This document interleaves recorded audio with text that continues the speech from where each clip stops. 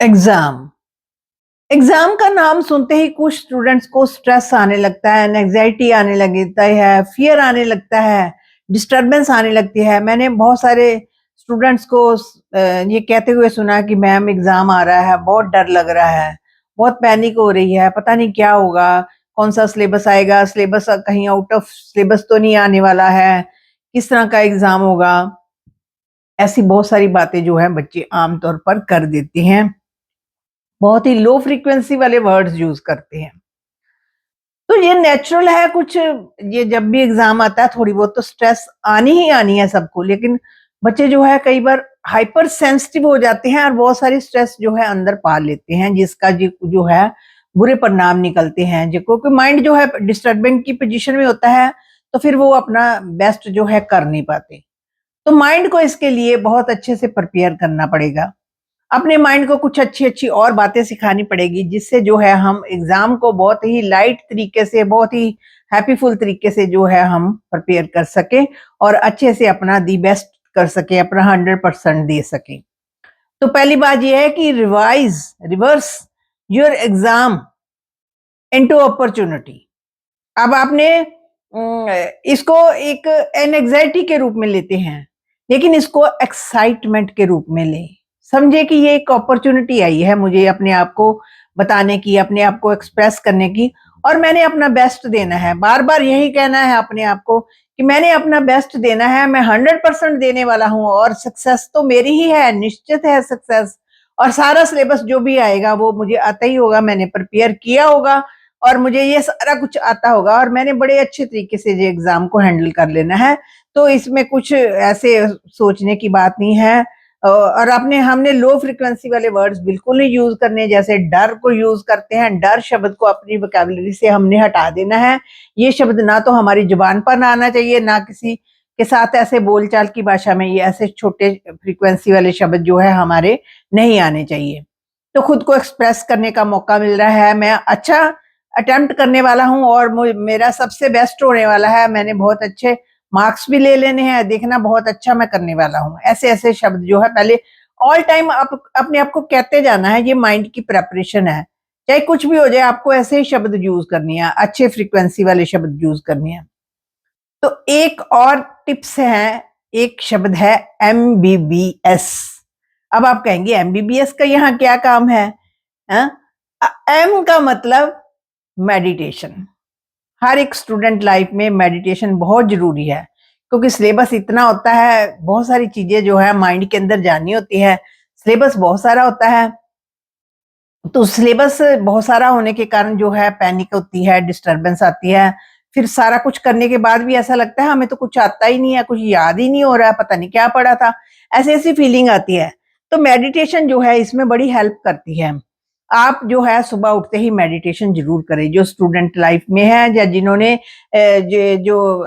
Competition के exam देने हैं, सुबह उठते ही सबसे पहले 5, 7, 10 मिनट तक मैक्सिमम जो है आपको, क्योंकि बहुत सारा टाइम तो होता नहीं है आपके पास बैठने को, लेकिन मैक्सिमम 10 मिनट्स और मिनिमम जो है 5 मिनट जो है आपने मॉर्निंग टाइम में मेडिटेशन को देने हैं। मेडिटेशन में अपना बिल्कुल रिलैक्स होकर बॉडी पोस्चर को सीधा रख के, रिलैक्स करके भी सब चुप करके अपने बैठ जाना, शांत भाव से अपने मन को रिलैक्स करना है। और अगर कोई इसमें थॉट आती भी है, तो अगर कोई डर की थॉट आती है, तो उसको फ़ोकस ना करें। बस एन्जॉय करें कि बहुत अच्छा समय आप दो, जो भी आता है आने दें। बस कोई अगर नेगेटिव चीज़ आती है उसको फ़ोकस नहीं करना, कोई भी चीज़ आए उसको फ़ोकस नहीं करना, वो अपने आप चली जाएगी। आपने बस रिलैक्स होकर 5-7 मिनट जो है मेडिटेशन जो है करनी है। मेडिटेशन करने से होगा, माइंड जो में हैप्पी हार्मोन्स जो है रिलीज़ होंगे, आपका जो माइंड का इंटरनल सिस्टम है वो ब्यूटीफुल होता जाएगा। तो B, M means meditation, B means breathing. अब आपको डीप ब्रीदिंग करनी है। डीप ब्रीदिंग इस तरीके करनी है कि पेट से जो है आपकी जो आपने सांस लेनी है, पेट तक सांस लेनी है। आपका जो सांस लेते समय पेट फूले भी और पेट में से हवा जो है निकले भी, मतलब पूरी तरह से पूरे ऑर्गन्स जो है इस जो सांस लेने वाले प्रोसेस में जो है चलते रहने चाहिए। इससे भी बहुत आपको फ़र्क पड़ने वाला है। इसका आपका माइंड जो है रिलैक्स की पोज़ीशन में आएगा, अच्छी पोज़ीशन में आएगा, जो कुछ भी टॉक्सिन्स इकट्ठे कर लेते हैं हम बातचीत करने के दौरान, वो सब टॉक्सिन जो है इससे रिलीज़ होने शुरू हो जाते हैं। तो बी का मतलब आपको बोला ब्रीदिंग। अब बी का एक और मतलब है MBB, बिलीव। आपको बिलीव करना है कि आपने ये एग्जाम जो है बहुत अच्छे तरीके से जो है कर लेना है और दी बेस्ट करना है, और आपने इसमें सफलता लेनी ही लेनी है, सफलता आपकी निश्चित है, ऐसा मन में बिलीव कर लेना है, विश्वास कर लेना है। और एस मीन्स साइलेंस। हर एक घंटे में 3-4 मिनट आप आंखें बंद करके बस रिलैक्स की पोजीशन में बैठे, रिलैक्स कर रहे हैं। उस टाइम आपको बोलना नहीं है, किसी से बातचीत नहीं करनी है। 2-3-4 मिनट जो है आपने बिल्कुल हर घंटे में, ये सारे दिन में नहीं, एक बार नहीं, हर घंटे में जो है आपको 3-4 मिनट जो है ये निकाल कर अपने लिए रिलैक्स करना है। और कहते हैं कि हर 20 मिनट्स बाद ना आपने ऐसे झुककर ऐसे पढ़ना होता है, ऐसे झुककर ऐसे पढ़ते रहते हैं। तो झुकने वाली पोजीशन में होती है, तो एक बार जो है बिल्कुल थोड़ा-सा सीधे बैठें, सीधे बैठ के सामने की तरफ देखें, और इस टाइम जो है आप थोड़ी देर अपने मन को ऐसे स्माइल भी कर सकते हैं, अपने मन में स्माइल कीजिए, सामने देखिए, फोकस कीजिए, तो इससे भी जो है आपके माइंड को पूरी रिलैक्सेशन जो है मिलेगी। तो एक आपको पॉजिटिव पावरफुल वर्ड्स अपने लिए यूज करने हैं।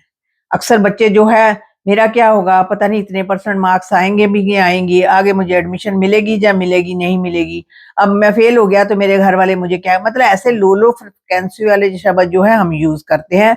तो हमने कहना है आई एम काम, कॉन्फिडेंट एंड पॉजिटिव। ये आपको ये शब्द जो है बहुत बार कहने हैं दिन में। आई एम काम, मैं शांत हूं। आई एम कॉन्फिडेंट, मैं बहुत अच्छा करने वाला हूँ। और मैं पॉजिटिव हूँ, हाँ मैंने ये पास हो जाना है, मुझे बहुत अच्छे मार्क्स आने हैं मेरे। ऐसा हमने सुबह से ही कहना शुरू कर देना है, जब उठना है ना बेड से, तब से ही कहना शुरू कर देना है कि मैं, मुझे तो ये इसमें सफलता मिल जानी है। आई एम काम, पॉजिटिव, कॉन्फिडेंट, ऐसे हाई फ्रिक्वेंसी वाले शब्द जो है हमको यूज करने हैं। और आपको इमोशनल डाइट जो है अच्छी लेनी है। अब आप कहेंगे डाइट कौन सी, इमोशनल डाइट कौन सी होती है?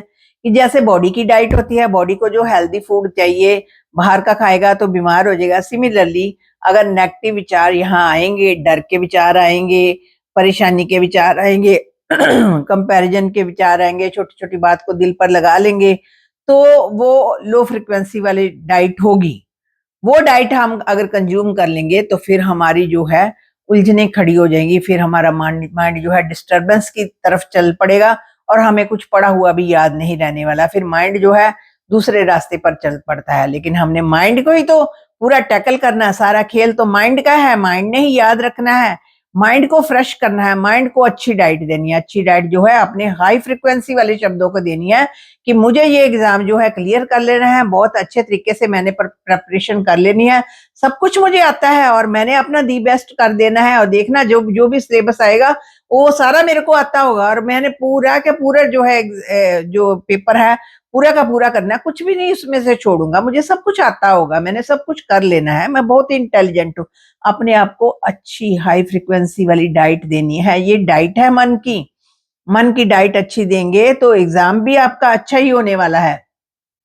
मन को डर वाली डाइट दोगे तो फिर डर डर समा जाए जहां पर, तो फिर और कोई चीज समा नहीं सकती।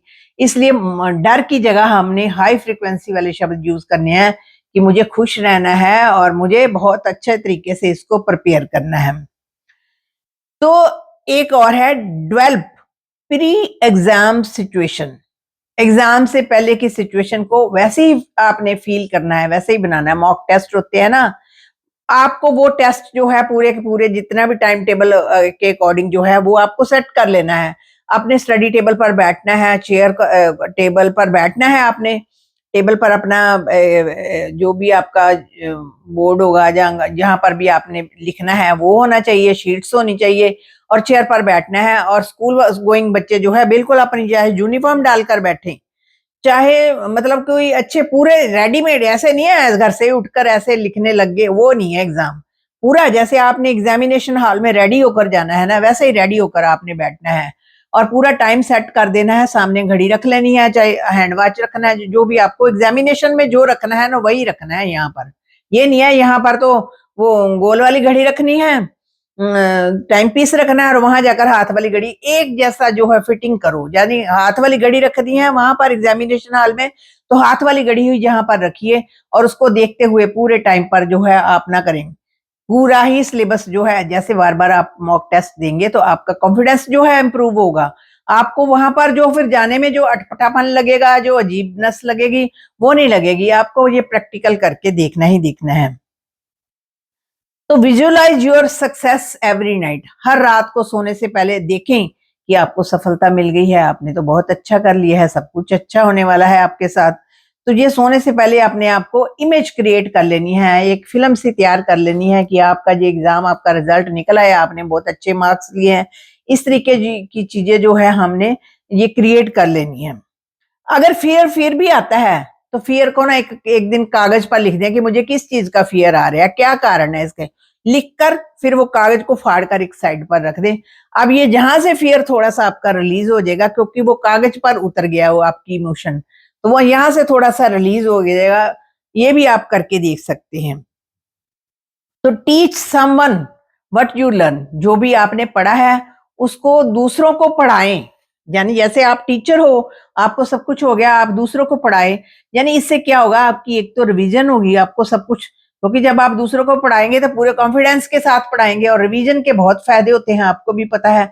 वो माइंड में फिर आपके पक्का याद हो जाएगा। तो आपको रिवीजन भी करनी है। अगर आपको नहीं मिलता कोई पर्सन आपसे सुनने वाला, तो आपको क्या करना, सीधे मिरर के पास जाना है, मिरर को सुनाना है। जैसे मिरर में स्टूडेंट बैठे हुए हैं और आप टीचर हो, इस तरीके से आपको पढ़ाना है।